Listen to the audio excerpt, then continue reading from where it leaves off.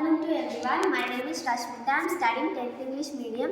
I am from ZPHS RYDRANGI. This is model to explain about factors. By using this model, we can tell that given number is factor of another number or not.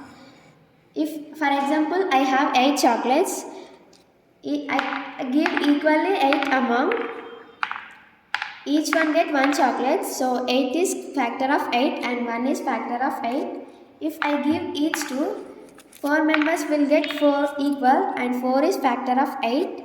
If I give each 3, 2 members will get equal and third one is not, so 3 is not factor of 8. If I give each 4, 2 members will get equal, so 2 is factor of 8. If I give each 5, I can't distribute equally, so 5 is not factor of 8. If I give each 6, I can't distribute equally, so 6 is not factor of 8. If I give each 7, I can't distribute equally, so 7 is not factor of 8. If I give 8 chocolates for one member, so 1 is factor of 8. So the factors of 8 is 1, 2, 4 and 8.